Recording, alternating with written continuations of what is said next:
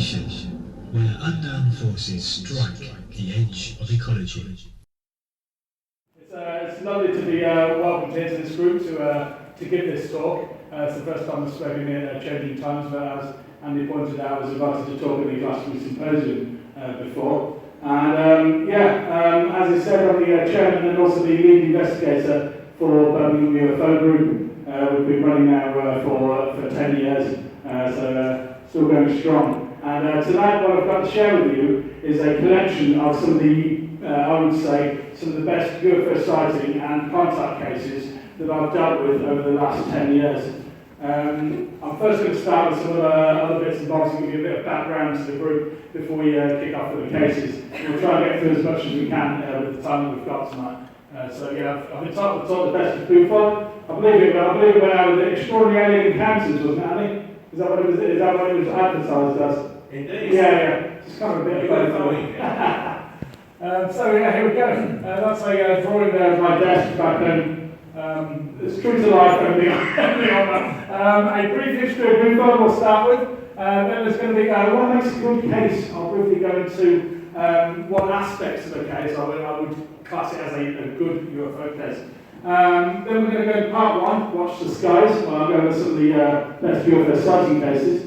And then in part two, we're going to look at the contact phenomena, which is a particular interest of mine in the UFO field. And I'm being widely known as one of the leading active investigators in that field of ufology in the UK.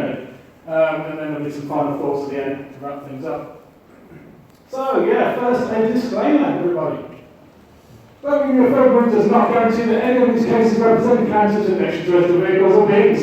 However, the evidence available makes this pretty darn likely, I would say. And secondly, this lecture isn't simple for debunkers, non-skeptics, academics, travelers, government charities, individuals who wish to live in God their entire lives. That doesn't really refer to anybody here, but if it does, by all means. So there we go. With that out of the way, let's move on to what we've got ahead. So we're going to start with a history of Birmingham UFO Group, or BUFOG, as we're called. Somebody pointed out to me that sounds rather like the word bullfrog recently. I was like, yeah. So I think maybe a good new logo for the group would be a little cartoon bullfrog or something.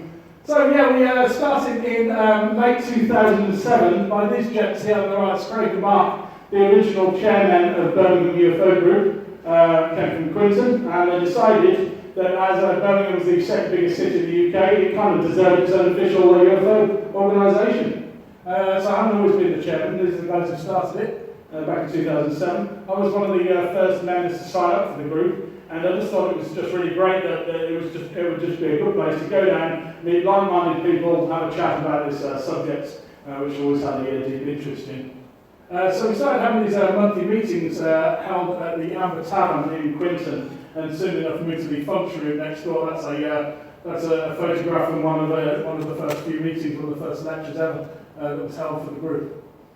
And I became an investigator for the group in early 2008, and I'm going to take you through the case that formed my investigation into ufology, which occurred soon after that. I was taken on as the actual official investigator for the UFO Group.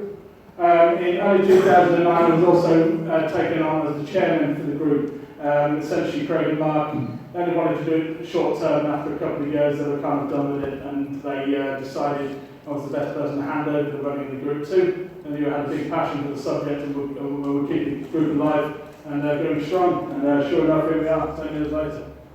I also started some contactee support sessions in 2010. Now, for those of you with an interest in the subject, you may know something about alien abduction phenomena or contact, as it's termed. And I felt that there wasn't enough support for individuals experiencing abduction in the UK. There's quite a lot of support groups in America where contactees meet together and discuss their experiences with one another. And these experiences can be deeply traumatic and affect their lives in a great way. And some of you here tonight may have had experiences such as these. But I started off an online meeting, essentially. I felt that by having it in a particular place, there's people from all over the place. I didn't want to distance anybody, so I decided it would be done by a lockdown chat room, and people could chat anonymously with each other by typed messages. So we occasionally hold those through the website. In 2011, we moved to our current venue at Old Bree, a couple of miles away from the original one. I think it was the third venue between them, but yeah, we've been going strong ever since. And so far, I've investigated hundreds of sightings and contact cases. Certainly over 250 contact cases from around the world. I don't just limit myself to cases from the Midlands or even the UK. I've dealt with cases as far wide as Australia, lots of cases from different countries in Europe, etc. And probably coming up to 1,000 UFO sightings. I haven't added them all back to back, but a hell of a lot of UFO sightings. Now, in some of these cases, the individual will experience multiple sightings throughout their life, so that they'll discuss multiple cases with me. Pretty much most of the cases I investigate end up becoming a detailed case report, which I released to the Birmingham UFO Group website. They are publicly accessible, so if any of you want to go check that out on our website at any point. All the cases I'm going to go into tonight, I've got case reports backing them up, and there's literally hundreds more cases to read through. I feel that with every sighting, it's important to get the details out of that. A lot of UFO groups will release just the raw facts of what they've been told, but I think that each individual case is itself a story, and I want that to be told in its full depth. So I'll usually ask for witness drawings, photos or video evidence if that's available, and I'll discuss why it is or isn't particular explanations and why the mundane explanations can be put out of the question with a lot of these cases. So yeah, that's all there publicly available. So yeah, what makes a good UFO case? I mean, there's hundreds and hundreds of cases out there. What makes one a good case? Well, first of all, the sincerity of those involved is always important.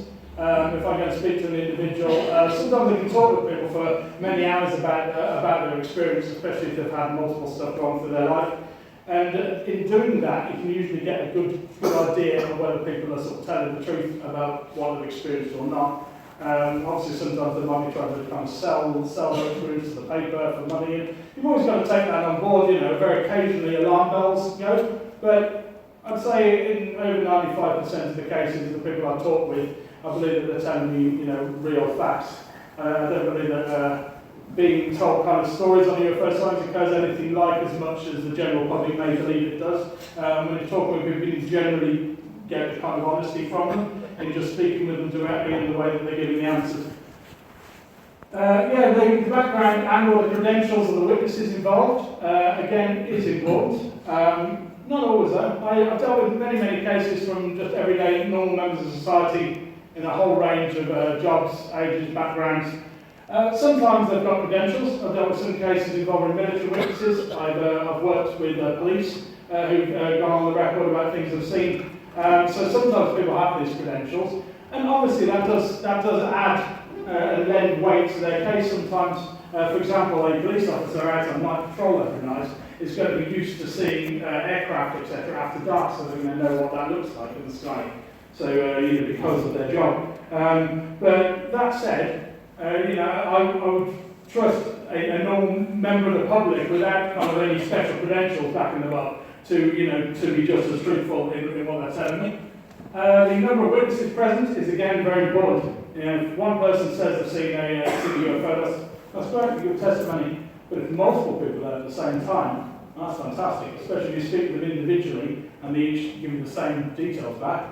Even better if you've got individual groups of witnesses in separate locations talking about the same objects. And in some of the cases we're going to go over tonight, that's exactly what's happened.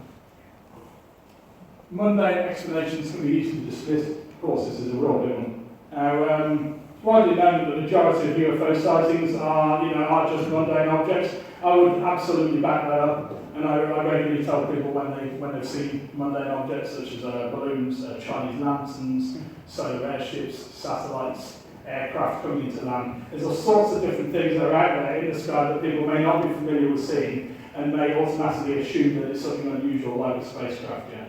So while I fully believe that this subject is real and does involve other intelligences, probably of extraterrestrial origin, I am also fully aware that a lot of the time people are just misidentifying mundane things, and I'll happily tell people that. The distance and number of craft or beings seen is of course very important. If somebody sees a light on the horizon, That's that's all right. It can be easily misidentified that if somebody has a landing where it's landed a few feet in front of them, obviously it's a lot harder to dismiss. Advanced or unusual characteristics displayed. So again, sometimes the movement of these objects, the manoeuvres that they're seen to perform, is sometimes more important to the case than actually what it looked like. Because at a distance, a spacecraft or anything, can appear quite mundane, just like a blob on the horizon. But if it suddenly stops and then does a right-angle turn and shoots upwards in a split second, you have to take that on board, and that immediately discounts mundane explanations such as balloons, etc. Photographic or video evidence available. Doesn't happen as often as people think. There's always this argument, isn't there, that we've all got smartphones in this day and age. Why is there not thousands upon thousands of really clear, crystal clear, close-up UFO videos? There's a lot of different explanations for why that's the case. Too much to go into here as part of this talk, because we're going to be focusing on particular cases. However, occasionally there is photographic or video evidence in these cases, and I'm going to be sharing some of that with you tonight. Direct interaction or communication with the craft or beings, another very important point. Obviously, if somebody sees an object up in the sky flying around, that's great, but if it's actually interacted with them in some way, maybe controlled them, which can occur, kind of the altered state of reality in the area. Maybe they've seen beings emerge from the object and speak directly with them, or had a full-blown contact experience. That adds a lot of weight to the case. In summary, all cases are important, but some are more impressive than others, I would definitely say. And without further ado, let's begin with part one, Watch the Skies. So of course, in investigating UFOs, I've dealt with a lot of cases of unexplained objects seen in the air. And there's a lot of speculation as to what these objects are. There are many different theories put out for unexplained UFO phenomena. So I will tell you that I certainly believe that some of the objects flying around are advanced craft being piloted by other intelligences, numerous different intelligences who are working together towards common agendas. Now, there are other explanations. I certainly believe that they're almost certainly extraterrestrial in origin. Other people believe they might be from another dimension rather than elsewhere in space. They may have come back from our future and sent back from future humans, and they may have always lived alongside us. There may be some sort of weird underground military experiment. There's lots of different theories about the origins, and again, I could give an entire talk just going into depth on those, which I'm not going to do. But whatever you believe, whatever you believe that these things are, I think the important thing to remember is it's not exactly what their origin is, just that it involves something that's non-human, that it involves other intelligences really, because there's still a lot of unanswered questions, and people often come to me for all the answers, like I know all the answers. I don't know all the answers at all. I've looked into many, many cases and I've got my theories, but that's all they are. And a lot of researchers will put out other things and they'll state them as facts. There are still a lot of unanswered questions with the subject of ufology. So let's begin. How it all began, yes, is it the first case I investigated, the case that made me UFO investigator. So, the incident occurred on the 10th of February in 2008. And it wasn't long after it happened that I spoke with the individuals involved. And it happened in a place called Ridgewood in Kings Winford. It's basically just a triangular piece of woodland. And Kings Winford is in North Birmingham, in between Birmingham and Dudley. And there were 4 witnesses involved, 4 young lads in their sort of mid-20s. And they would often visit this location in Ridgewood just to relax, and they just build up a bonfire and just sit there. They might have a couple of drinks, a couple of pints. I do not believe that alcohol was responsible for what took place with this at all.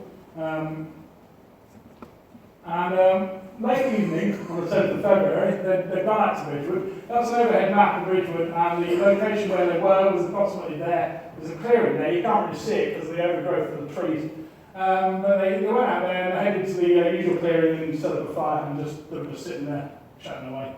And 11:30 at night, one of the witnesses, Dave, he spots these lights over at end of to the north-northeast, so it's across this direction. We've got the map backwards here, it's across this way towards the fields, and you can see in the distance, and essentially, it just looked like a white glowing light with kind of red and blue tinges in it. To all intents and purposes, at a distance, it looked just like an aircraft. and it was travelling at a slow speed, and he realised it was kind of heading in their direction. It appeared to be about 100 or so feet off the ground, so it was quite low down. And as he got nearer, he indicated to the other witnesses, and they started looking at this thing too. And the reason for that is it didn't appear to be acting like a plane would usually act, and as he got nearer, he realised it wasn't a normal plane at all. What it in fact was, as it came towards the edge of the woods and they started to get a look at it, was a black octagonal-shaped object, about 30 feet across, and it had 4 white lights in a kind of square pattern, and then a kind of central red light in the underside of this object. And the majority of the whole of the object was just a kind of shiny black sort of colour. Now, when I went out there to the woods, they took me out to the location, because I first met them at the group, and we just started talking about the case. And I thought, this sounds fantastic. I'd really like to go out and check out where this took place. So Craig and Mark took me to one side and said, well, when you go out there, why don't you investigate the case for the Birmingham UFO Group, and you can write some case report? And I said, sure thing. So without telling the witnesses, I put together a list of questions I was going to ask them, an interview of questions, and then one at a time during the evening I took them to one side, asked them their questions, and also asked them to draw the object. I don't know how clearly you can see that. I hope that's coming out clearly enough. That those are the 4 individual witness drawings of the object. Now, you notice slight discrepancies between some of them, but yeah, it's pretty obvious in the 4 drawings that they all saw the same thing. So yeah, this one very, very clear. We've got the white lights and the central one. This one, he's drawn extra lights. You said it might be in colour of the blurring effect. You can see the rough locations of the lights is correct. The third witness has drawn a kind of side-on view, which showing the woods. This is them in the clearing with the fire, and this is the object coming over again with the lights in the outer edges. Fourth witness couldn't really see the shape as clearly as the others. He's drawn a kind of rough diamond shape, but again, he's drawn the lights around the edge. It was immediately clear from the drawings and the descriptions that they gave that they were talking about a real incident that happened. This UFO came in over the clearing, and then it kind of slowed down. When it was almost overhead, it slowed down a bit, almost like it was checking them out a couple of seconds. Then it carries on moving, completely silent on the side. They start to follow it through the woods. They go over the other side of the wood and essentially watched it as it headed over in the area, towards the area of Dudley. This is one of the witnesses, Christian, and he's pointing out there into the distance where the objects are headed off to. And you could see it for ages, and at a distance, of course, it just looked like an aircraft again, or like a helicopter, and it was just moving around and stopping and doing this sort of thing in the sky. But they knew it wasn't, they knew it was something really unusual. So it appeared to be there for a long period of time, unless at some point they'd mistaken a helicopter or something else for the object and started watching that instead. We can't put that out of the question, but it carried on for a while. And in the end, after watching it, they decided to head off home, but it's still up in the sky in the distance. Two of the witnesses also saw it on their journey home in the gaps between the houses, and it kind of really spooked them out. I'm sure you can understand why. So yeah, it was a fascinating case, and it became my first case report for the group. And from that point onwards, I've been investigating officially for Birmingham UFO Group. So yeah, I did mention in there what makes a good UFO case, is sometimes these advanced characteristics that these objects will do, and very occasionally, in certain cases, there appears to be this aspect of mind control, almost like the vehicle or its occupants have taken over the witnesses and are causing them to act in abnormal ways. And this is an absolutely stunning case. Hands up if you're familiar with Richard Hall, the paranormal investigator. A few of you. Richard's quite well known in the UFO community. He's spoken in Parliament about this, taking questions to David Cameron, and he's always pushing for the truth of various things, not just UFOs, all sorts of different stuff. I used to work directly with Richard for a period of years, where people would report UFO cases to his website, and I'd pick them up and investigate them further. After a while, I stopped doing that because there was just too much going on with it. There was too many cases coming in on his website, and I couldn't deal with it. I wasn't giving enough time to each of the individual cases, so I held back on that.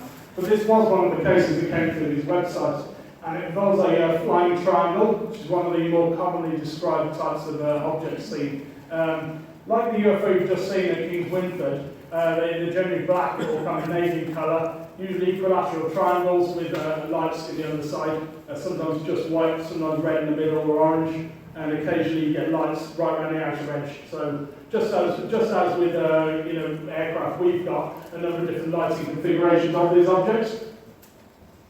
So let's have a look at what happened. So it took place in Stafford. That's not Stafford, by the way, it's just a random photo of a city at sunset. That happened in the summer of 2000.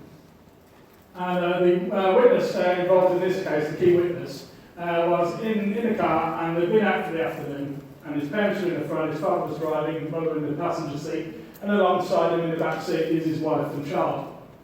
And they stopped at the traffic lights on a road called Riverway. That's the traffic lights there. That photo is taken in the direction the object was seen in. It was just up there in the sky.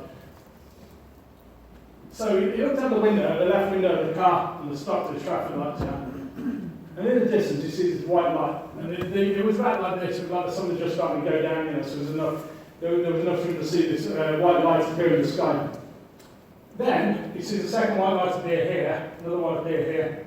Then he sees this reddish glow appear in the middle of them, and then the body of the object fills in. Essentially, it looked like it just materialised. Now, the sky was quite clear, like this was very cloud in the sky, so it wasn't like it had emerged from out of the cloud. It was like it was just not there, and then it was there, and it just seemed to literally materialise in. Now, of course, it's pretty impressive, isn't it? So, what would you do in that situation? First thing you do is get the other people's attention to it. He turns around to his wife, he's like, look at this thing in the sky over here. Yeah? She tries to look out the window, yeah, she can't see it. He said, what do you mean you can't see it? It's right there, it's clear in the sky. And she couldn't actually see it. Now, his daughter was too young to show the object. Again, he asks his parents in the front, he says, look at that, out of the sky, can you see that? They couldn't see it either. So only he was able to see this object, despite it being quite clear sky. And at that point, he decides, okay, never mind, I'm going to get a photo of the object. And the camera was in the glove box of the car at the time, and of course he's in the back seat. So he asks his mother, can you pass me the camera and get a photograph? She refuses. He said, give me the camera, and she won't give him the camera.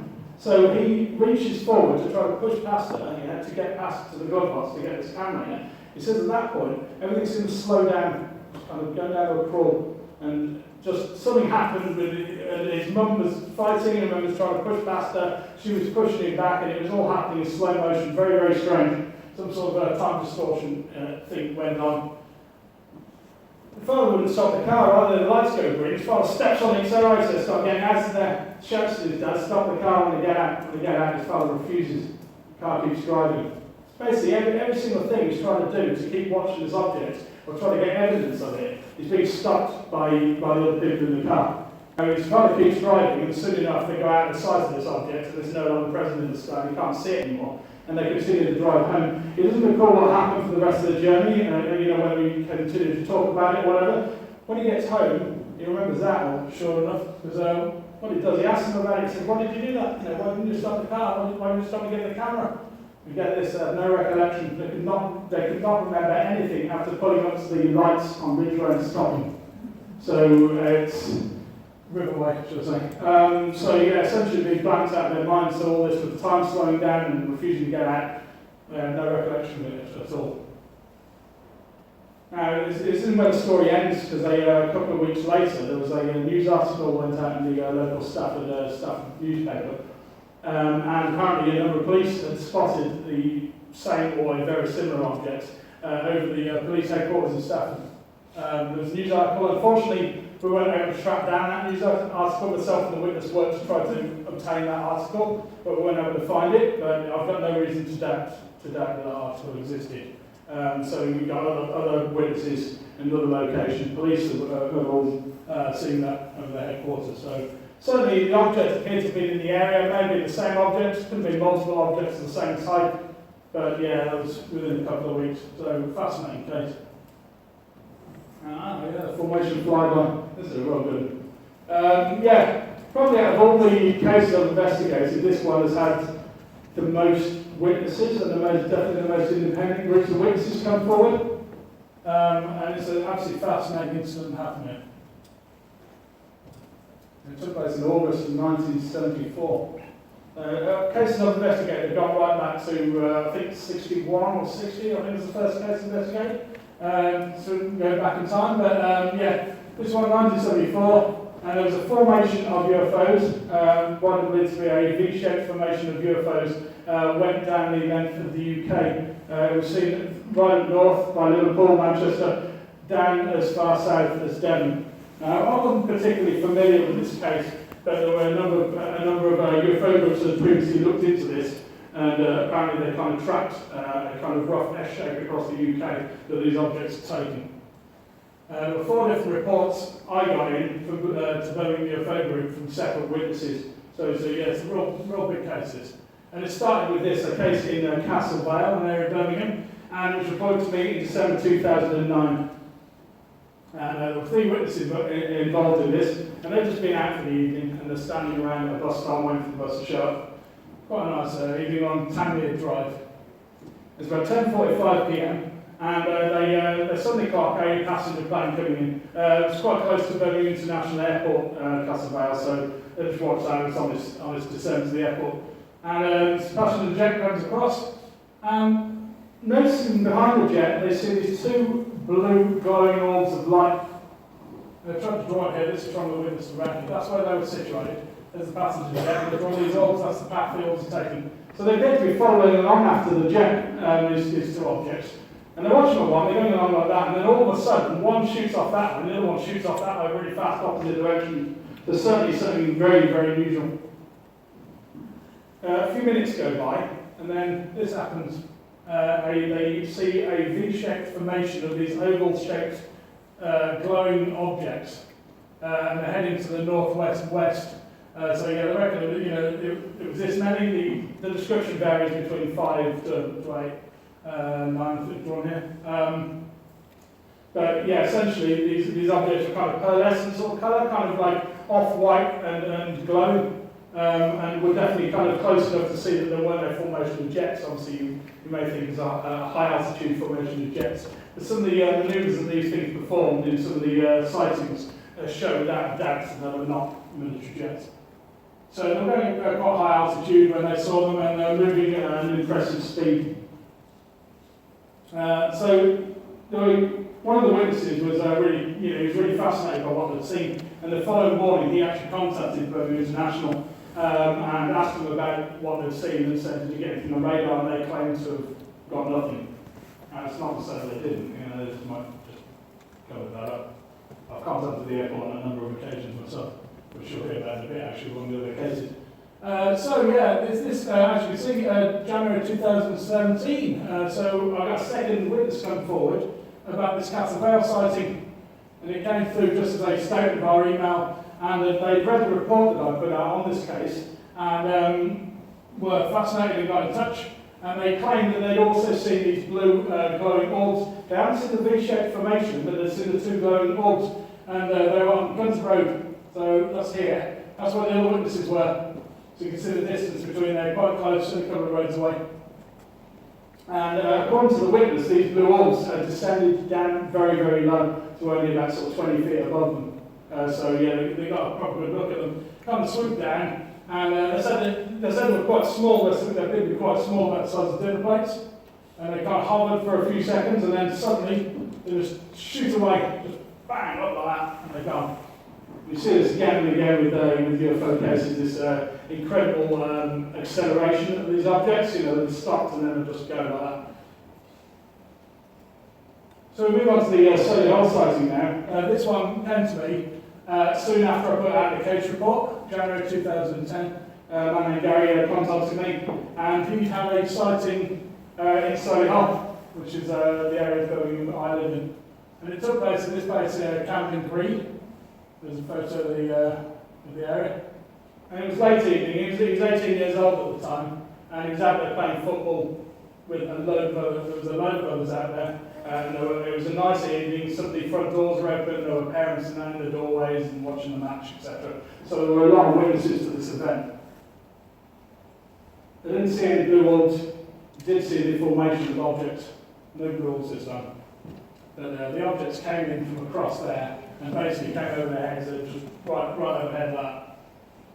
Again, the description slightly glowing kind of oval objects. It's possible they were reflecting the light, they were metallic and reflecting the street lights, that's a possibility. But they appear to have kind of glowing more around them. They passed over the green, and then they turned, they kind of made an angular turn and just started heading off over the houses. I've got a map here to show this is the course that they took. There's the green there, so they're all standing right here. So they came overhead and then turned away and then headed off here above the houses. And then they stopped, just dead in the air, about a quarter of a mile from the green, right where the end of that arrow is. And then all of a sudden, the central object starts to do this weird wobbling thing, wobbling motion like this. Second goes by, bang, up it goes that, straight vertical. Second later, all the others follow suit and go up after it, and looks like it's taken the lead and the rest are gone. So yeah, absolutely stunning. You know, quite clearly not jets or anything mundane. The key witness, Gary, he now regularly attends our meetings, stayed quite good friends ever since, really. And recently, literally about 2 weeks ago, I spoke to one of the other witnesses, a guy called Lee, and his statement is now in the case report. So he was there at the time, and I quizzed him over the phone about the incident, and he recorded it and gave a statement. So I thought it was going to be it in that case. I've got the case report out. You don't expect to hear anything more from that. Quite often, you don't. It's very rare to have any additional witnesses. But a number of years go by, so it's now April 2011, and we get this other report in, again via Richard Hall's website. The witness, they claim that this incident happened to them in summer of 1973, but if you think of that far back, it's very easy to get the years muddled up, and it could have easily meant 1974. And I spoke with the witness, and he said he wasn't absolutely clear that it was 73. But he was out playing cricket on an area 8 miles from Liverpool Airport, and I don't know what it is about playing sports versus football and cricket. Either way, again, there's lots of witnesses out there playing cricket. One of the gentlemen claimed to see was 5 glowing objects, sort of disc-shaped glowing objects, and they appeared directly overhead this time, so they weren't sort of flying in or anything, they appeared overhead. And they were that formation, they were like a five-side base. You've got to thinking, well, that's not a V-shaped formation, is it? Yeah. And he said what happened was, as he watched it, the central object essentially kind of moved forward, and now all of a sudden it looks a lot more like a V, doesn't it? In this case, there was only 5 of them, but a lot of the details fit in with it being the same objects. Again, it said they all shot firstly outside, so there a period of time, and then suddenly shot straight upwards. The amount of similarities from discussing with the witnesses, I'm pretty convinced that they were talking about the same thing, the same incident, much higher up in the country. So yeah, we move on to some UFO photos. Do you think you've been running a UFO group for 10 years? Surely you must have some photographic evidence to show. Well, there's not as much photographic evidence as some people may believe. It doesn't often happen, and often that photographic evidence is quite distant. I'm not about to show you the killer evidence, with objects about 10 foot away or anything like that. So these are some of the more interesting photos that we have had in over the years. I'll take you through a few. Spot the UFO! Where's the UFO? You don't even know what the UFO is, it's that small. Right, okay, so this incident took place on the 18th of May 2014 in Abergavenny, Wales. And the gentleman was out mowing the lawn. That's his pet dog there. It's a nice bright sunny day. Now the good thing is recent smartphones and decent cameras are quite high definition, as you know, and you can zoom in quite good on these photos. Now, essentially, he was out there mowing the lawn, and he clocks an object up in the sky. And he said it looked like two kind of gunmetal coloured dinner plates, essentially put together with a kind of rim around the centre, kind of central kind of ring split into 2 distinct parts. And the object was quite distant. We won't know where the object is. That's the object there. We'll get to in a second. So that's what he described. He was looking at it, so it was quite clear. He got his camera out and takes a photo. At that point, his wife comes back, and he's pointing at the object to her. Can you see the UFO there? What is that thing? And she can't really see it too well. She wears glasses, and she couldn't really see it well. So he gets the photo out, and he's showing on, he gets down here, he's got a digital camera, and he zooms in on it. And when he looks back up, object is no longer there, totally gone. Yeah, and this happens quite a lot of the times that if you take your eyes off the thing a second, it'll kind of use that. It's almost like it's waiting for that moment, like it knows when it's been looked at, whatever. I don't know if that's the case, it may just be coincidence, but it's certainly worth considering. So again, it was just gone. But yeah, if we zoom in on the picture, there's the object. That's it zoomed in, I think. I've had this photograph analysed by a photographic expert in the field. who's looked at a lot of UFO photos, and he said he couldn't find any evidence that it's been out of Photoshop or whatever. And I've got no reason to doubt the witness at all. He wasn't trying to earn any money out of it, he wasn't trying to sell it to the paper, he just got in touch and said he said he thought he'd be interested in it. So you can see from the zoom in on it, and as you can see the zoom is quite good, that yeah, we've definitely got these two distinct kind of dinner plate looking sections with this kind of central ring around it. Certainly doesn't look like a blimp or balloon. I'm saying it's out of the question, but yeah, it's interesting nonetheless. The thing was hovering there in the clear sky for a while and then just suddenly vanished without trace. So, wherever it had gone, let's say if it was a balloon, it would have only been able to drift a short amount of time when he was looking down, you sort of seen it. And as you can see, it's hardly any clouds with the high behind, so interesting one. We've got this one, 2008. Again, it's obviously quite small, so here this time. 2008, this incident happened in Tubiness, South End in Essex.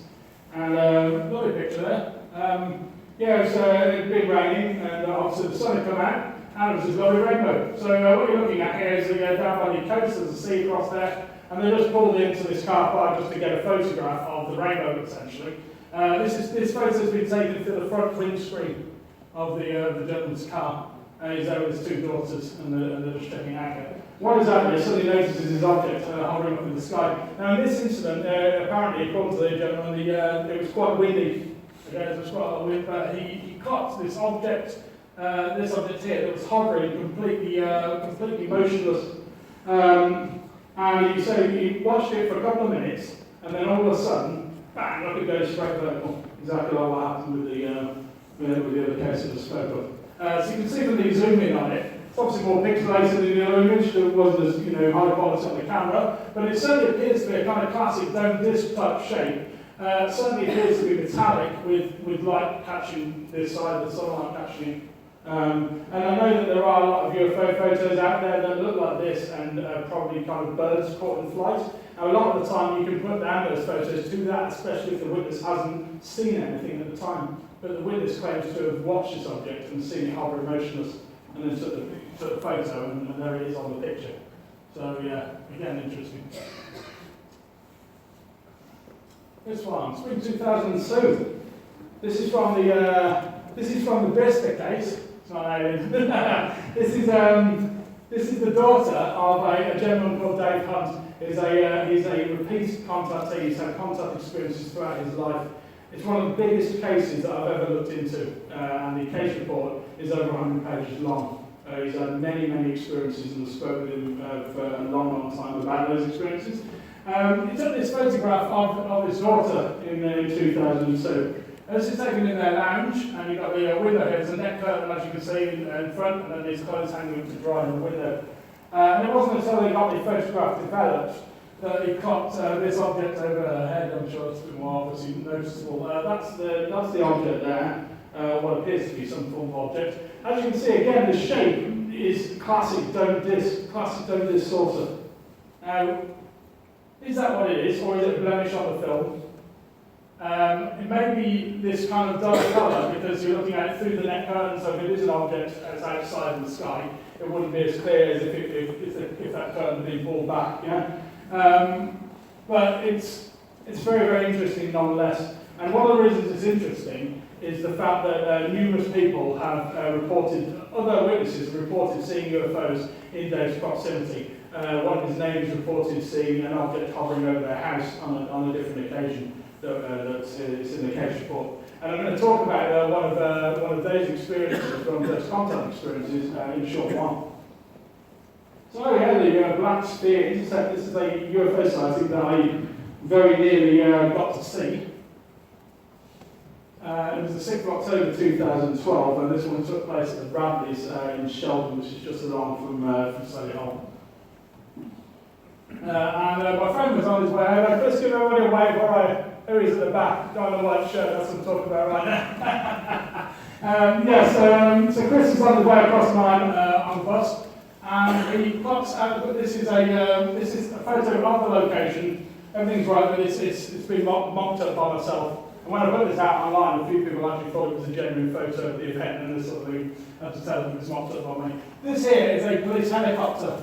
This object underneath this dot you can see is what appears to be a black spherical shaped object. Now, Chris first thought it was hanging below the helicopter itself, like some sort of camera equipment or something, but as the bus moved along the road, sort of from a different angle, it was obvious that the object was off to one side, and this helicopter appeared to be looking at the object and hovering near it and checking it out. So as soon as he gets to, he rings me while he's on the bus, he's just gone past and just seen this thing. He rings me, and as soon as he gets to mine about 10 minutes later, we straight away set out to the location. I figure, well, maybe it's still there. You know, we've got to go back out there and check it out. So we drive back out to the rapids to see what we can see. Now you can see it's got quite dark. This wasn't taken. This is off Google Maps or whatever, so it's a lot of lights than it actually was. But yeah, this is an actual photo, and this here, that's the helicopter. That's the police helicopter. So the helicopter was still there and was just doing the rounds. It was just going around looking like it was searching for something, as they often do on patrol anyway. Yeah, but it was still there. The object itself completely vanished. Yeah, there's no sign of it. But while we were out there looking, we suddenly realised there was no planes in the air. Birmingham International is just a few miles away from this location. Yeah, you see planes all the time. Yeah, and there was no planes up in the air, and we were like, let's stop the planes. So that's very interesting. So we couldn't do anything else, so we head back home. Following morning, I decided to get in touch. So I rang up Birmingham International to speak to somebody. I was put in touch with somebody called the environmental officer. That was the name they gave her. And I asked her to confirm what took place. I said, well, the planes cancelled last night. And she said, yes, we cancelled the planes for the evening. Didn't start them off until following morning. I said, was anything reported in the sky? Was a police helicopter sent out? Can you verify that? She said, yes, we sent out a police helicopter. Somebody reported seeing a kite. That's what they called it. Somebody saw a kite. And they sent out a police helicopter to investigate. I said, can I speak to the pilots? Am I able to talk to the pilots? No, can't do that. So it dead ended that. Couldn't speak to the police who'd flown the helicopter. Does any of that make sense? Yeah. Would they really shut down the planes for an entire evening because of a dangerous kite in the area, costing the airport thousands of pounds in the south, putting people up in hotels overnight? If the helicopter had gone out there, and indeed it was a kite, sure they would just go up to the guy flying said kite and be like, can you not fly that? None of this makes sense at all. Yeah. Plus, kites don't generally look like black spherical floating objects. Now, I put out the case report and I put it out as breaking news on the website because I really hope that this just happened, so this needs to go out tonight. So I wrote the case report right then and then. We put it all out and everything. And the following morning, sure enough, somebody's looking around online for what they've just seen, and they get in touch and say, just see the case report. I also saw the object. Now, they confirmed that they've been out there for about 50 minutes watching this thing. The object hasn't budged at all in 50 minutes, which is hovering there motionless, with the police helicopter checking it out, going around it. Now, not only that, but the object vanished very, very fast here. They watched it for about 50 minutes, and then they got bored of watching it, basically. It was still there. And they just left it, and they turned around, they start walking off to the nearby shop. About 20 or so seconds later, they look back, object's gone. Helicopter's still there. So this object just vanished extremely fast from the area. I thought it was going to be the end of it, but again, just like the other case report, a third witness did come forward a couple of years later after that. They claimed that they'd seen the object get out there really, really quick. They said they'd been watching it and they actually saw it suddenly shoot off. Unfortunately, that was a dead end. They basically put out the witness statements and didn't want to speak with me further. And a lot of the time, people are kind of a bit paranoid about talking about the subject. They kind of feel that there's going to be some comeback on them personally. Or maybe somebody's going to find out who spoke to me and be treated like a nutcase or whatever. So sometimes people will just contact me and that's it, and I'll try to get back to them. And that's what happened with this sadly. So I wasn't able to ask any further details. But it's certainly worth noting that took place, and that they may well have been another valid witness to that incident. So I'm going to go over one more UFO sighting incident before we kind of move on and look at the contact phenomena of it. This is an absolutely incredible case, this is. Flying Triangle landing case that took place in Irvington. The incident happened between 1999 and 2003. And you're probably thinking at this point, that's a bit of a wide gap. Now you can't narrow it down any further. 4 years, what's that all about? And there's a very, very valid reason for why, which we'll get to. This incident involved two witnesses, one of which used to come down BUFOG, and as I found out about this, I was just speaking with him at one of our meetings. I said, anything happened to you? He took me through this incident, and I was pretty impressed and kind of followed it up. So, yeah, this is a photograph of Holly Lane in Irvington, where the gentleman lives, or used to live. And they've been out there one evening, walking the dog. This area across here is a kind of area of rough grassland that they just call the tip, basically. And they used to go across there to have a sneaky cigarette while the parents weren't around, or go out and walk the dog in a late evening across there. And most evenings they'd essentially be across there from one end to another.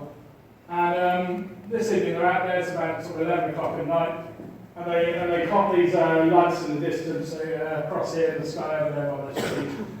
He did claim it was a bit less overgrown than when I took this photo. But yeah, they could see a red triangle shape of lights. Now, of course, as always, you see lights in the sky after dark. It's an aircraft, of course. What else could it be? But as it gets nearer, they realise it isn't an aircraft, a normal aircraft, by any standard.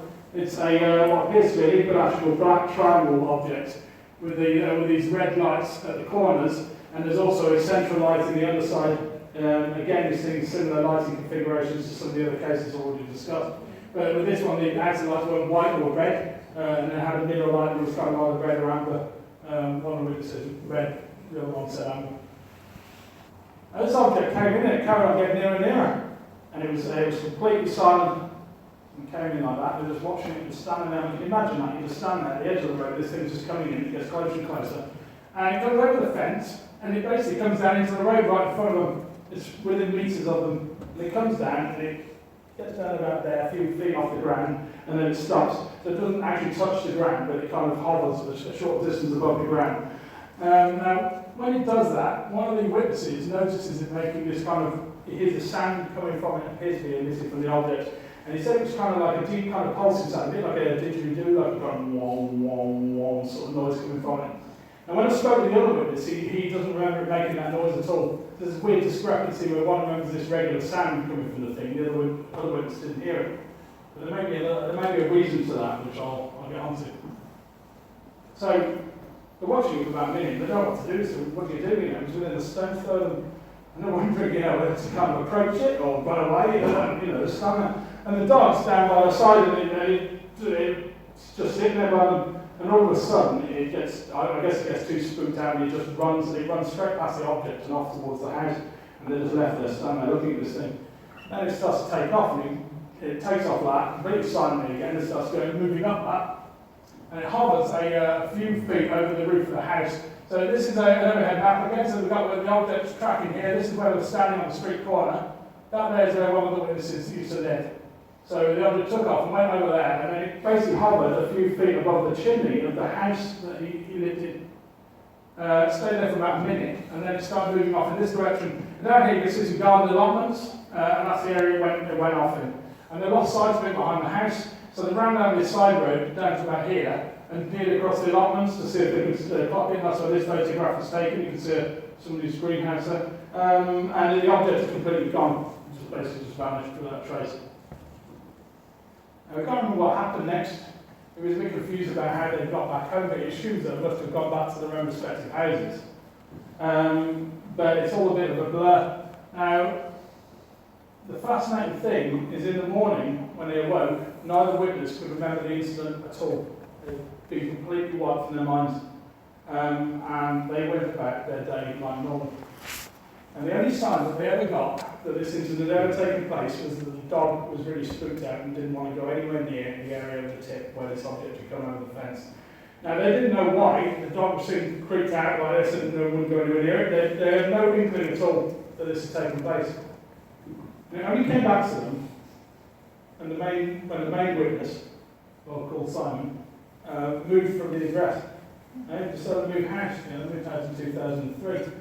When they moved to a new address, and one day it's thinking about stuff, and it just comes back to him, just like a memory, just like remembering something from your past. And it's just like on holiday a number of years ago, just suddenly it comes in, a memory from that holiday, like that. And he remembers seeing this black object come down the road in front of him with his friend, and he's like, well, what's that about? How did I forget that? So he brings up his friend, and he says, do you remember when we saw that thing, that black triangular thing come down the road? And that, bang, triggers his friend's memory, and then his friend can remember it too. This is very, very common with UFO cases. Usually involving contact, less common with UFO sightings, but have got this ability, or appear to have this ability, to blank people's minds with the experience. And they'll either be completely blanked out, or very fragmented memories now. And sometimes these memories can come back, and they can come back in the form of flashbacks, or dreams, or nightmares.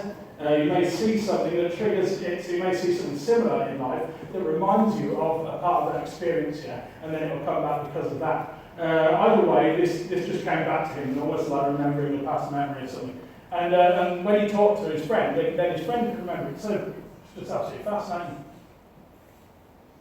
And also, even more interestingly, remember I said that the pulsing sound that he heard? When he thought about it, he also remembered being a lot younger in the house and being in his bedroom and hearing the same sound. And he doesn't know what that's about yet. He has this recollection of sitting in his bedroom and hearing this pulsing noise, the same noise, the thing he remembers the thing making. Now, we don't know for definite whether this is the case, but it's possible that he was a contactee and had abductions, and that this craft was there for him, and that his friend just happened to be there at the time. And that's why his friend couldn't hear the noise and he could. It's just speculation.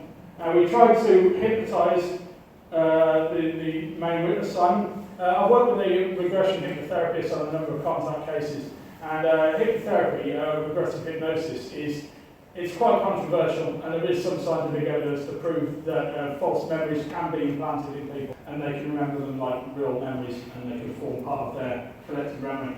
However, when a hypnotherapist works with me on these cases, they don't implant anything, they don't kind of say, oh, tell me about the little alien guys that you saw, or anything like that. They just take it from them, what happened next, tell me about what happened next, etc. And sometimes additional details come out.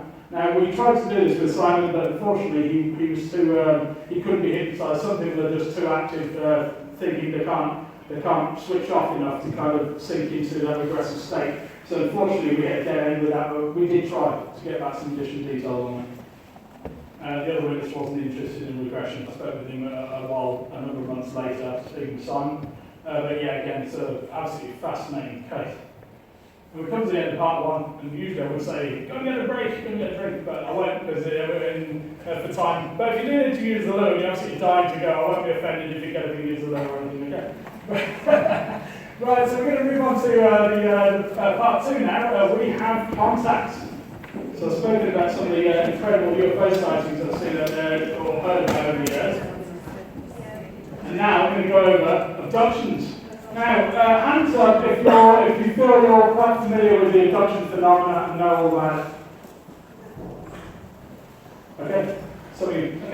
So, yeah, you may be familiar with some of the aspects that I'm going to talk about with these cases. I'm not going to delve too much into, because each of the aspects of contact I could talk about for hours here. I can do an entire lecture on one of the aspects of contact, one of which is missing time, that was mentioned a minute ago. Yeah?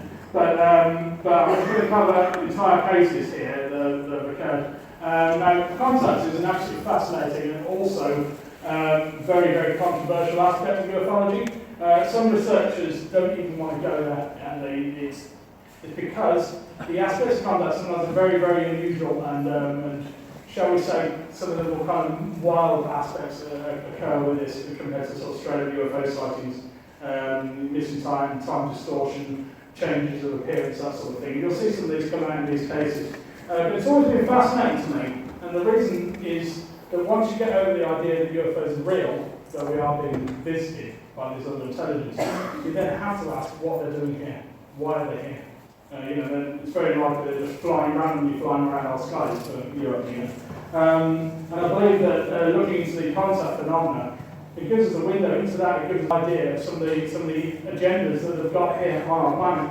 And I've looked into many cases, and the similarities again and again from people with very, very different backgrounds are absolutely stunning. And a lot of the details that come out from these cases are not stuff that the general public would hear about through stuff like X-Files or films that are on and all that sort of thing. They're kind of very, very specific little details that come out again and again with it.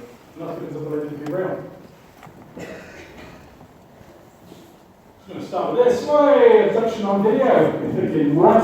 Really? Come on. Yes, so a lot of the time, there was no video evidence to back up contacts or even photographs. That's because of this kind of change in perception when the experience is taking place. Usually the person is not kind of thinking, oh, let's get a photo of the little alien beings in front of me. However, with this particular case, we have what I believe could be an actual abduction occurring on camera. Some of you may have seen this video online. It's done the rounds, it's been ripped apart, lots of people giving alternative explanations for it and that sort of thing. I can tell you that I don't believe that the video is a hoax at all. After speaking with the witnesses in great detail, let me take you through what happened first and then how the video came about. So it was on the 3rd of December of 2010, and the witnesses of this family lived on the outskirts of Droitwich, surrounded with kind of nice farmers' fields. The lady involved, a lady named Jenny, she has actually gone public with this and has spoken at a couple of conferences about it. She's now moved away. I keep in touch with her from time to time, and she's basically just trying to put this all behind her and kind of move on with her life. But about 1 in the morning on that night, she goes to check her daughter. She's basically finding it very hard to get to sleep. She's lying there till 1 a.m. And she thought I was going to get her out of bed and just go through to her daughter's room and just make sure they're kind of sleeping soundly and so on. While she's through there, she happens to glance out the window. This is a view from the window. Obviously, it didn't look like this. It's in daylight, so it was after dark. But you can see this big farmer's field here. This is a long log in the field and some trees in the background there. And right there where that red oval is, she saw this glowing orange object. It was kind of moving, and it seemed to be moving too slow for a plane. She thought at first maybe it was some sort of a plane crashing or something, some sort of accident taking place. But then she realised it was kind of moving much too slow. And she's trying to gauge whether it's coming from inside the room or really is outside, so she's getting a piece of paper and putting it on the glass. She can sort of see it through the paper, so it's obviously in the distance outside. So she's trying to look for alternative explanations here. She turns to look at her daughter, and when she looks back, the object is no longer in the distance. It's now down here, kind of closer to where that log is, and it's just there on the field, a lot closer, within 100 yards of the house here. And it looked like this bank of bright coloured lights. She couldn't see the shape of the object. It was just a load of bright lights in a row that were just masking the actual object itself. And of course, it's a lot closer. I mean, what would you do in that situation? All of a sudden there's this thing right outside your house. Well, most people, would certainly wake up their family. They'd be like, "Oh, look at this! What is this?" They might ring the police. They might be terrified. They might run out of the house. Run off to a neighbour's house. Anything. No, what she does. She says, "Okay," and then goes back to bed. So essentially, she was in no way acting how she would normally act to that situation. She was complacent towards it. She accepted it as part of her normal reality. Now this is an aspect of contact that comes out again and again and again. And it's my belief that these things lull people's minds when they're going to have these experiences so that they don't really matter them, they just accept it as normality. So she decides to go, she's complacent towards it, she goes back to bed. She lies back down, tries to go back to sleep. Now a short time goes by, her husband's there asleep, she doesn't wake him up. And she finds herself, she realises she's no longer in her room. She's lying down, but she's sure she's not in her bedroom anymore, and it's all dark all around her. But her daughter's up there, and her eldest daughter of the two is up by her shoulder. And her daughter leans into her and says to her, "It's your turn next, Mum. Don't worry, they're not going to hurt you." And she doesn't explain what she means by that, but all of a sudden she feels this kind of rushing type sensation, almost like she's getting pulled down a tunnel or something. And then she's in this other area. Now, this is very unusual indeed. She finds herself kind of free floating in this area, so she's lying down. She believes she's unclothed. She's lying down, and all around her are these glowing grid lines, like glowing yellow laser lines in squares all around her here, in a field of vision that's looking around this. She's largely paralysed. Now, a lot of the time when people experience contact, not always I must add, a lot of the time people are paralysed and can't move, and I believe that is also done to prevent people from fighting back against what's happening to them. And there have been cases on record where people have actually fought back and hit out at things and this sort of thing. So anyway, she can move her head and this sort of thing, look around, but she couldn't move from the neck downwards. So she's free floating, and she feels the presence of these beings around her. So she can't see them, but she senses there's all these short beings standing on either side of her, and she also senses there's a taller one up here, behind her left shoulder, just standing there behind her. And these beings, they start to she can feel them touching her. They're going down her body like this. It's like, just going on like that, this examination procedure, and she's got a bad back here, and she's scared they're going to hurt her back or something, or move her back, and it's going to hurt her. And at that point, she senses the being behind up here, puts his hand on her head, and this sense of kind of calm overcomes her. And she hears this voice inside her mind saying, don't worry, we're not going to harm her back. And so it's almost like it was aware of what she was thinking and responded to her and told her that everything was going to be okay. She then underwent another more invasive procedure, shall we say. I'm going to do something rather embarrassing for her to talk about that with me. She did. And then, in the distance, a doorway opens, this glowing rectangle of light appears. And standing in the doorway is her son. Now, one of the sons, a very tall guy, he was about 7 foot high, he was dwarfed with huge like, and he was very friendly and everything. And she saw him standing in the doorway, and she wondered, what are you doing here? What are you doing in this strange location? You're just standing there staring at her. Now, what this was, or what I believe it was a screen memory. Now, this is where a screen memory is where these beings appear to be able to mask their appearance, and appear as something different to what they actually look like. And I believe they do this on purpose to basically calm the individual down and make it easier for them to deal with. They'll often choose a form of something familiar to the person. It might be a family member, it might be something recognisable like a Santa Claus or a clown or something like that. Or sometimes it's an animal. They quite often take the form of animals, owls or deer or wolves, quite common. If any of you have seen the film The Fourth Kind, it's a kind of horror film themed on abduction. They cover the owls thing in that quite a good depth. And if you think about an owl's face with the light with the dark eyes, the similarity that would have to these beings' faces, you can see why. Now, under hypnosis, I took a hypnotic therapist around with me to the house, and we regressed Jenny. And under hypnosis, everything else she described exactly the same that she didn't remember from memory. But when we got to this bit, when she looked over in the doorway, she didn't see her son anymore. She saw this guy here. She saw a tall, skeletal, thin creature with teardrop black-shaped eyes standing in the doorway. Now that there is what's known as a grey, which is one of the most commonly described types or species of being seen by people in these abduction experiences. This guy was about 7 to 8 foot high. So quite often greys are about 4 foot high, that's what child height, but this one was massive. So occasionally they do see them a lot taller. And you can see there why I might have chosen the appearance of her son, because her son was also very tall. So I certainly believe there was a screen memory that she was able to break past under hypnosis. There were various after effects. So she came round and she was back in her bed and she wakes her husband up. She said something really weird just happened to me. It wasn't a dream, it felt a lot more vivid than a dream.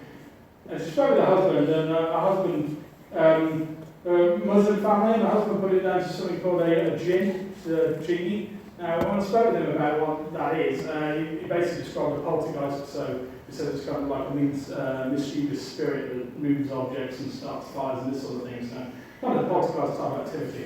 And Jenny knew it wasn't this. She said, no, it definitely wasn't that. Something very, very different. I don't know what happened here. And she got very, very scared of it. And as the days went on, she began to get really anxious about going to bed at night and going in the room and that sort of thing. And this again is a common after effect of having a contact experience. You don't want to return to the location where it took place, obviously. Strangely enough, also, she felt like she was pregnant.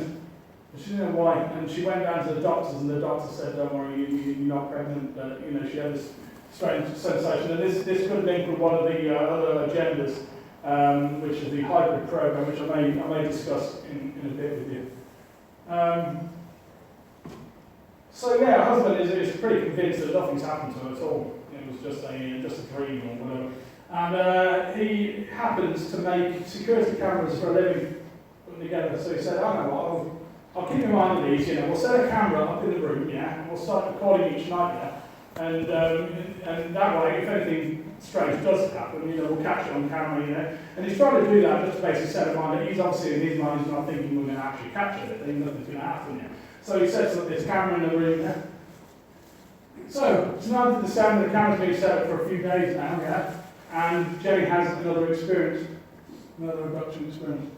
Now this one's quite different to the first. This time she finds herself in this, it looks almost like a doctor's office. There's these big wood panels on the wall, and she's there, and she's lying down. She's on this kind of flat bench, and she's got a thin white sheet over her. Other than that, she's unclothed. And there's this guy next to her, this short doctor chap. He's wearing a white lab coat, like kind of typical kind of doctors wear. He's got short red hair, spectacles, and he's a very strange little guy next to her. And she's trying to sketch it here, so this is her lying down under the sheet, this is this little doctor chap. And again, this question mark here is the being, she says the same being for the first experience up there behind the shoulder again. So there's a definite link to the last experience. And that way I think she's drawn a sort of double door in the background.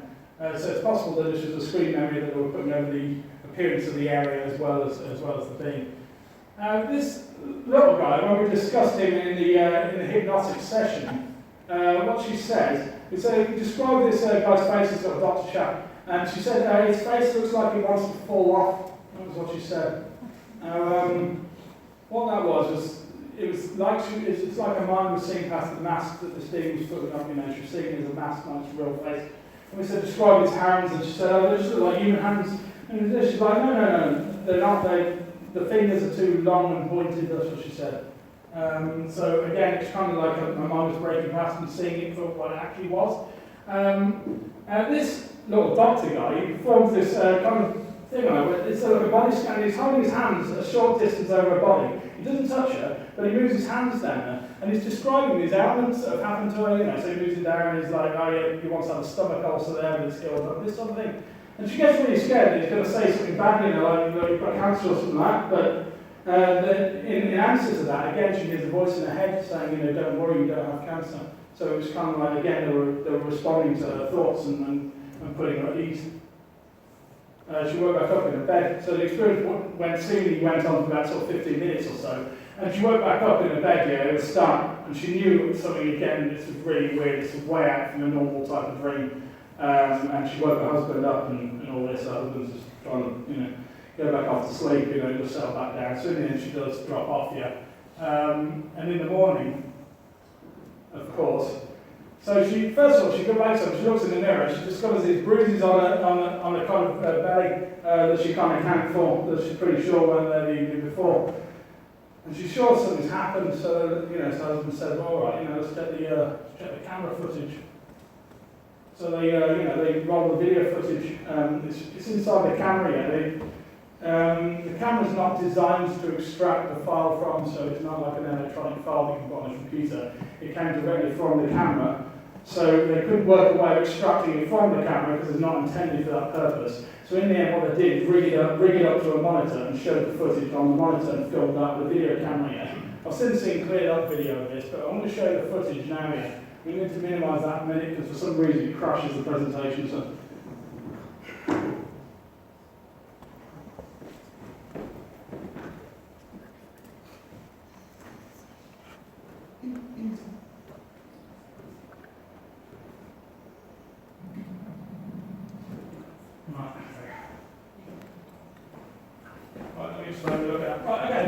Footage, okay? So that's Jenny on the right there. This is the husband here in the darkness up here. You can't really see him too clearly. He's lying back there. There's the time, so it's 3:33 in the morning. Interesting, don't you think? Anyway, so she's lying here, and this is her underneath the bed here. She's quite a big lady. And there she goes. So she starts to do this kind of thing. It's almost like her back's arching up in the air, like quite high off the bed here. I know that it's not that clear. I've seen more cleared up footage of this, but you can see kind of the bedclothes lifting up here. And and then a minute there, bang, there she goes. So the bedclothes go impossibly flat, This is her husband here, just like that there. Everywhere Jenny was is now completely utterly flat, There's no sign of any movement yet. There's a tiny bit of movement down here about a second after the drop here, but I believe that could well be, the covers just dropping in on itself. Absolutely no movement. You see they're fast forwarding it now, fast forwarding the time, there's no movement at all there. So they're fast forwarding to 3:46 now. Okay, so 13 minutes later, which roughly corresponds with the kind of length of time that she remembers the experience going on for with the doctor guy, and then something else occurs. So we see it come back in a minute. So a lot of the time with abductions, people report, lifting up into the air and actually being taken out through a wall, through the ceiling, or out of a window, and physically going. But in this case, if this is a real video, it looks like she's literally been sort of dematerialised and then kind of rematerialised in the bed. it's been moving now, in a second now, I'll just go. There she goes. Well, and there she is. That's the husband rolling over in bed. If the camera clear, you can see his butt right. So there she is again. Right, okay, so you can see how, sort of her in the bed and how clear that is, yeah? Right, 1 second.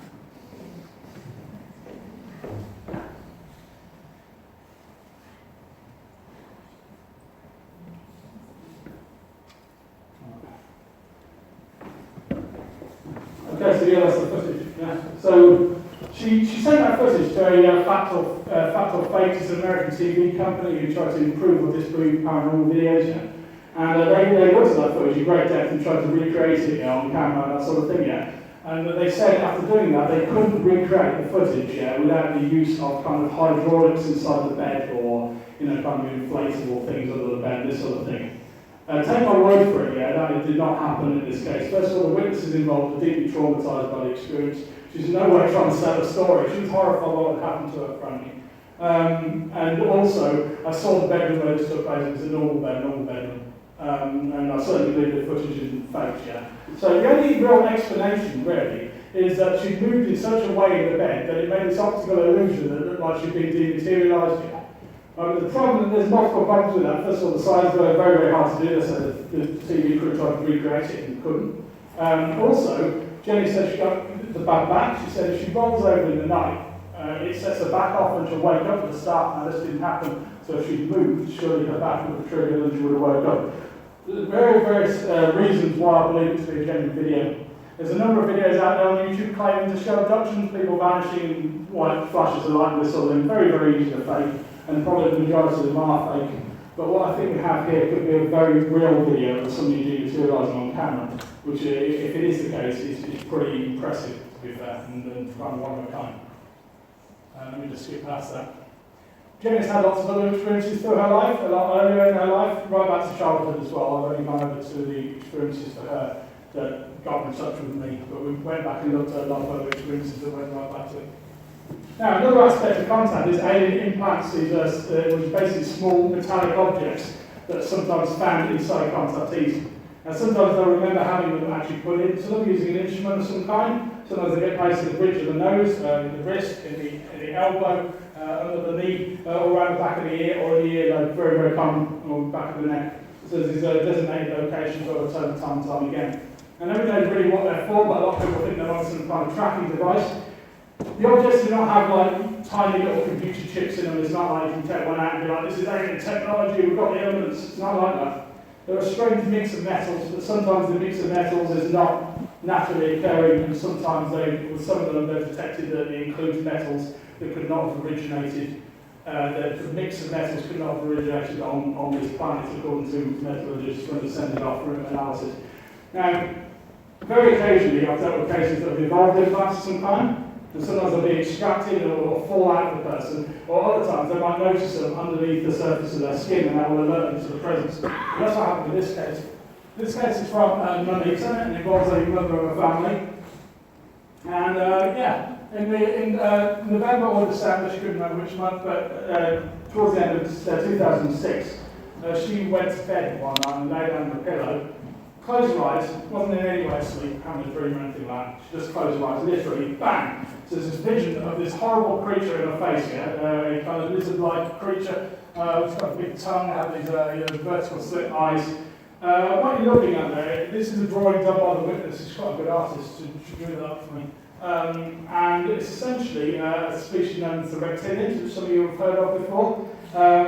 I've dealt with quite a few cases involving reptilians. They're not seen as often as some of the other species or types, but they are still reported. And a lot of people think that they're kind of quite malicious in intent and have even intentions here on the planet. I don't know if that's true or not. I've dealt with cases where they've been working alongside other species and this sort of thing. But she had this vision of this horrible thing in her face, and of course she's terrified, jumps up out of bed, absolutely horrified, runs out of the room, and for a number of hours it takes a good while to calm down and go back to bed, So it's like this weird flashback to some memory or something.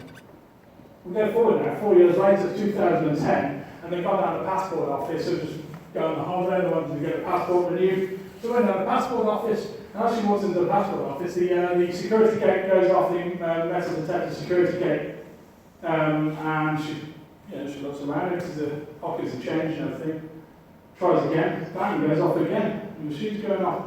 She puts it down to an error, just leaves it, she's not going to kind of try to find a definite explanation, she's just setting off this machine. So there's a sign there that there's something. The following July, she's out gardening and she accidentally hurts her wrist while doing the gardening, and she bends down and holds the wrist, it's hurt, and she feels something here on the left wrist.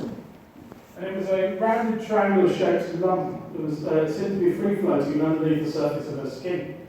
And she was looking at it, and they happened to have a metal detector lying around the house here, and she decided to find, I don't know why she'd check this, but she wasn't interested in contacting the stand. She didn't know what this was or what it could be.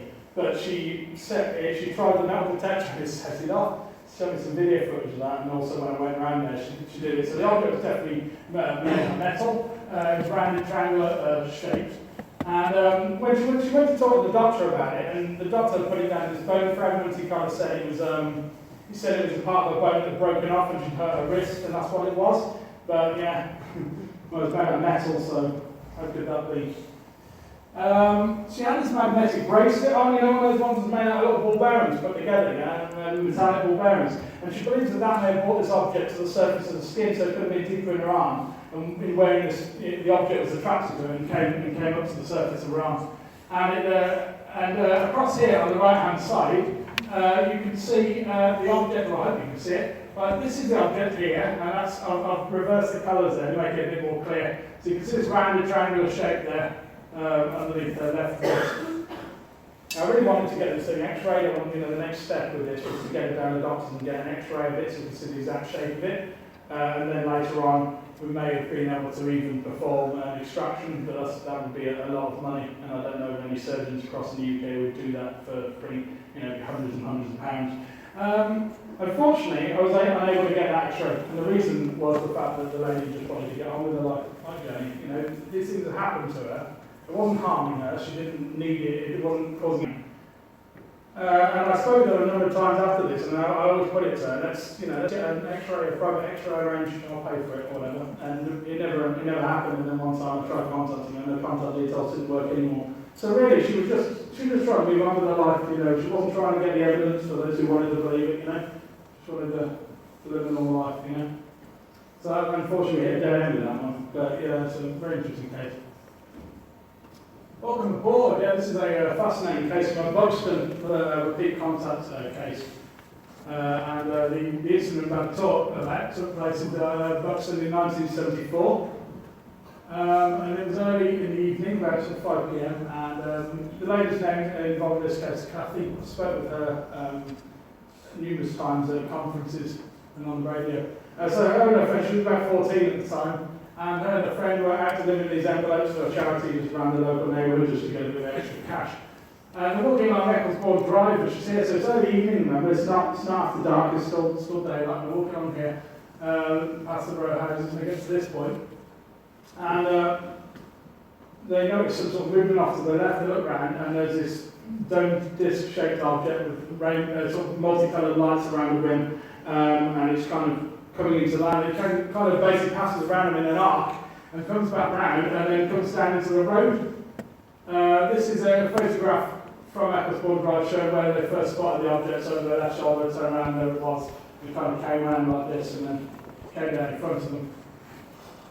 That's a photo of me there standing in the place in the road where the object came down. Just like the Erlington case, she said it didn't fully touch down, it hovered a couple of feet off the floor. Exactly the same. She then saw the lights on it then went off or did go off. And then this doorway kind of opened in it, this ramp kind of came down, touched the road, and there was this blackness behind. And all she recalls was she knew something was going to come out, she felt something was going to come out from the doorway. Yeah? That was it, that was her first recollection. Then there's a break, a gap in her recollection of what happened. She's next, what she believes to be on board the object ship. Finds herself in this kind of darkened area again, and she's standing there with her friend. and there's this kind of dark open space. And off to their right, they see a boy who appears to be about their age, maybe a bit older.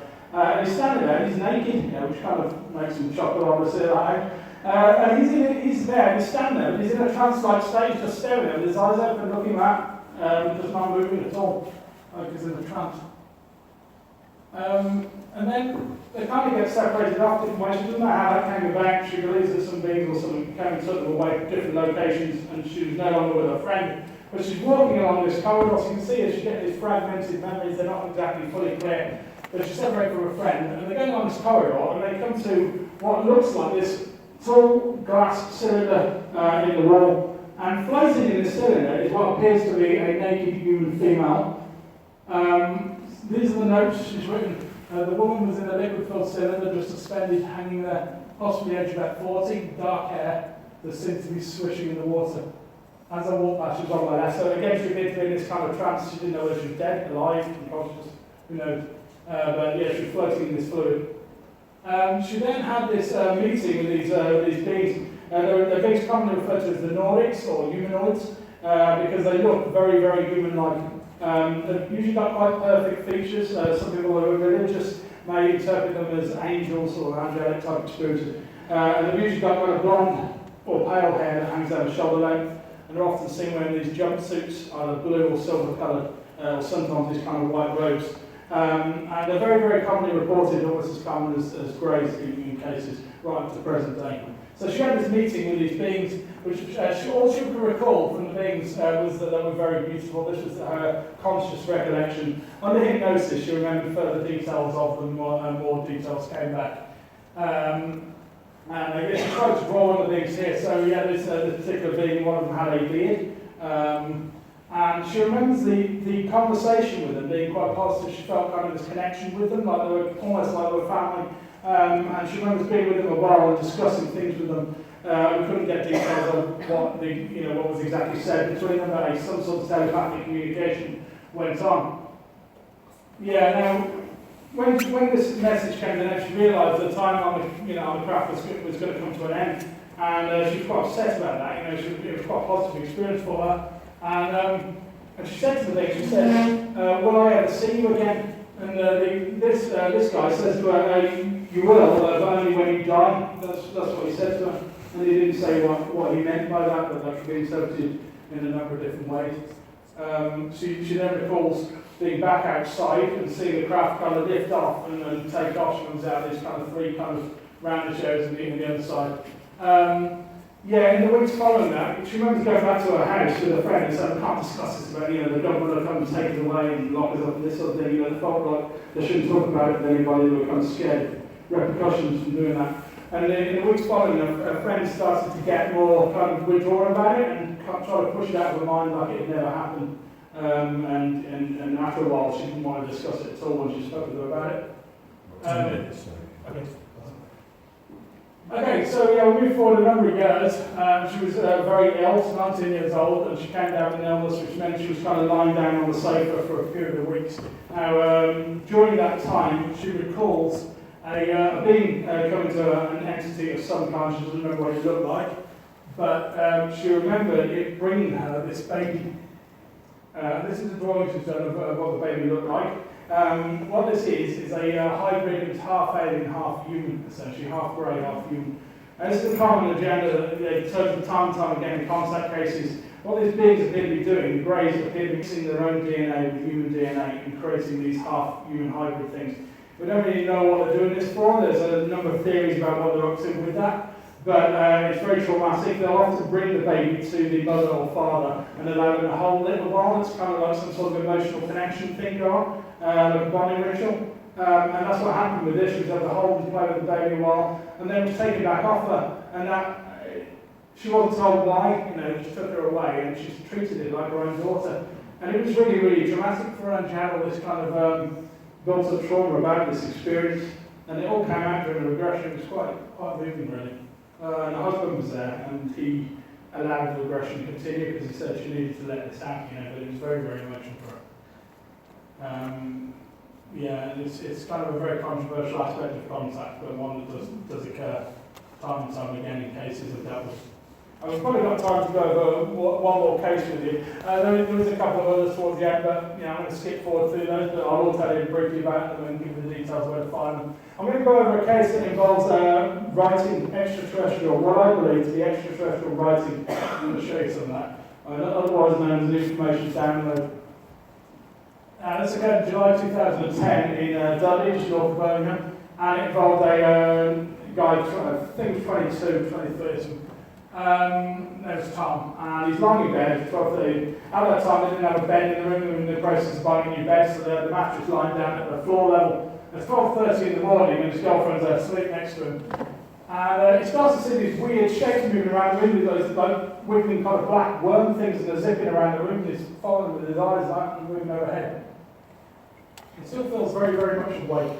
He rolls over to his right, so he wasn't paralysed. Rolls over to his right. And there alongside the bed are these three beings, three greys standing there like very tall craniums and almond-shaped black eyes, three of them in a row. And they're just standing there silently. And the nearest one up by his shoulders, reaches out through him, and that's it's drawing with its hand, 4 fingers. And it reaches out like that to grab him. And of course, in doing so, he kind of backs off away from it, rolls over. He rolls over to try to get away from it, and he's looking straight upwards for a second. And there above him in the air, something else, it's kind of this really weird entity, almost like a kind of ghost-like form. He said that had a kind of reptile-like, lizard-like kind of snout on the front of his arms. Always like something like Ghostbusters, isn't it? Anyway, this thing, this black shadowy form, basically just comes down towards him and appears to enter his chest. And at that point, he blacks out, and he doesn't have any other recollection of what took place yet. So he turns to get away with his wife up, and that's it, boom, man. He goes. And nothing happens throughout the day, and then all of a sudden he feels this weird urge. He's there, and he feels this urge to grab this notebook, right, and just start writing these symbols out. He doesn't know why. He just gets a pen, and he just goes and he starts writing them out. And he starts writing them out like this, yeah. Some of the early pages are kind of like this, and they're coming out like this. And then after a while it switches, and it starts going vertical. And he said it was automatic here. He said he thought about it too much, it'd stop and it'd stop happening here. But as soon as he kind of like just let it happen automatically, it just went down the page, bang, bang, bang, bang, bang, bang, bang. 22 pages. There's 22 pages of script, yeah. It gets about halfway through the 22nd page. This is over multiple sessions, by the way, so it'll stop, and then later on, a couple of days later, it started, and he carried on, yeah. And he gets about, say, 22nd page, and all of a sudden, halfway through, it just stops dead. I asked him, why did it stop halfway through that page? And he said, that's it. He said, I don't know. He said there was nothing more to say. It's just whatever it was, this message or whatever it is. That was the end of it, and he never felt the urge again to write them. Now, I haven't had this properly analysed. I do want to get this properly analysed by a handwriting expert. I'm waiting for a person with that background to properly look into this.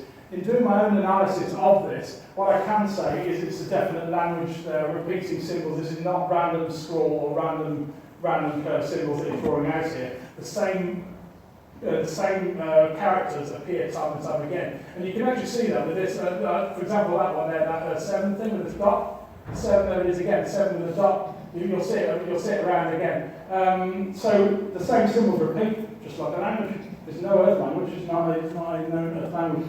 I've sent it off to Mary Bob, who's a contact specialist from Australia, and she sent me through some symbolic writing that looks very, very similar to this Australian case. Some of you may have also heard of the contactee Mike Oram, who has had multiple experiences, and he had some symbols given to him as one of his experiences that he wrote down. And incredibly, when we checked them, we've got about a 95% hit ratio on the symbols. Like most of the symbols that he'd written are in this guy's script. Now this guy has no interest in the UFO subject or contact. He did not know who Mike Oram was. He was not trying to fake anything. And yet the symbols show up in there. I showed this to Mike, and he was very, very impressed. He said, yeah, that looks like the same writing. Yeah? Absolutely present, and I'd love to get it analysed further. I will skip past these because we're unfortunately out of time. This is from the Vista contact case, and it involves a landing and this weird line of beams that we're seeing. So if you look at the Vista contact case on the BUFOG website, in the contactee case section, you'll come across this, and it's an incredible, massive report covering loads and loads of different experiences. Okay. Essentially, kind of white glowing objects came down, and there was this weird line of beings in these hazmat type suits. Very, very bizarre experience. Multiple witnesses involved with that. And there was this one as well. This was a good example of missing time that I was going to cover. It occurred on the M6, and it involved a couple on the way home, and they had about 50 minutes of missing time with a blue glowing object that appeared in the sky and appeared to stop time in the area, and nearby traffic had kind of come down to a halt. Very, very strange case. Again, that's on the website. So yeah, to wrap things up, to bring things to a close, final thoughts on this and on ufology in general. So the evidence obtained by Birmingham UFO Group over the years, I believe, certainly points towards ongoing visitation and interaction with numerous ET species. It's fascinating cases such as those we've covered this evening, which make the time and effort that I put into UFO investigation worthwhile. It's really all I get back from it, really, because I spend money in petrol taken and time and effort. But I like to hear these stories of people and put that out there for the general public to get their stories told, essentially. And it's only for the braveness and honesty of witnesses that we can further our understanding and continue to unravel this mystery. What I believe, the cases that go out, I believe, are just the tip of the iceberg. They're just the few people who do decide to come forward, who are not scared by the ridicule, they're not scared by the media, by the portrayal of the subject in the media, and they're happy to talk with people. There are so many cases out there that people have had that never see the light of day because of that. BUFOG will continue to share details and experiences with those who choose to listen, and will continue to provide an active community for those who are woken up to the reality of this subject. And our story has only just begun. So there we go, some details of my group, Birmingham UFO Group, www.bufog.com, it's all on there. We've got a Facebook page, facebook.com/Birmingham UFO Group, that's our organisation page where I put out details of upcoming meetings. And we've also got a Facebook community page which we actively talk about all aspects of the subject, post video links, etc. And you're more than welcome to join that and get involved in the discussion, whether or not you choose to join BUFOG as an active member or not is totally irrelevant to me. So I hope you've enjoyed what you've heard tonight, and it may change your views on aspects of the UFO subject. That's really much it, folks. Dave Hodrien, thank you very much for your time.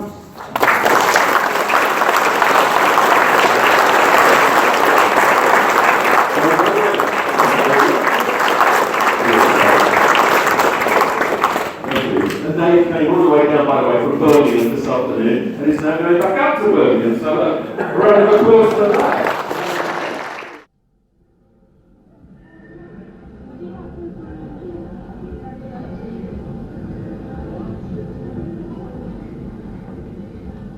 The information where unknown forces strike the edge of ecology.